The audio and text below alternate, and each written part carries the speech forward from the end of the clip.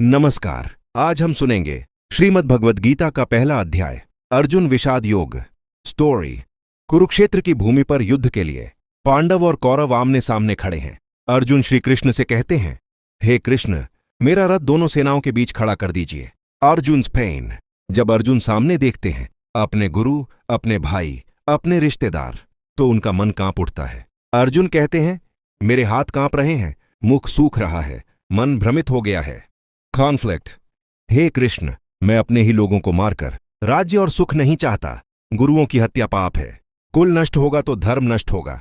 End of chapter. अंत में अर्जुन धनुष छोड़ देता है और कहता है, मैं युद्ध नहीं करूंगा। यहीं से गीता के ज्ञान की शुरुआत होती है। पौत्रु अध्याय 1 हमें सिखाता है, जब भावनाएं बुद्धि पर हावी हो जाए तो सही और गलत का फर्क मिट जाता है। हरि अजय श्री कृष्ण। एयुम नमः भगवते वासुदेवाय। कुरुक्षेत्र के युद्ध भूमि में अर्जुन मोह और शोक से भर जाता है। तब भगवान श्री कृष्ण उसे जीवन का अमर सत्य बताते हैं।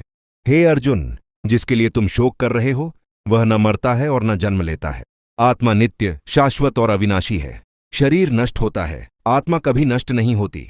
जिस प्रकार मनुष्य पुराने वस्त्र त्याग कर नए वस्त्र धारण करता है, उसी प्रकार आत्मा पुराने शरीर को छोड़कर नया शरीर धारण करती है। सुख और दुख, लाभ और हानि, जय और पराजय को समान समझकर अपने कर्तव्य का पालन करो। कर्म करना तुम्हारा अधिकार है, परंतु कर्म के फल पर तुम्हारा कोई अधिकार नहीं। फल की इच्छा छोड़कर किया गया कर्म मनुष्य को बंधन से मुक्त करता है। जो न सुख में अति प्रसन्न होता है, न दुख में विचलित होता है, वही स्थिर बुद्धि वाला योगी कहलाता है।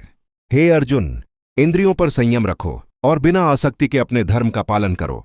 यही श्रीमद् भगवद गीता अध्याय 2 का सार है। एयुएम शांति शांति शांति।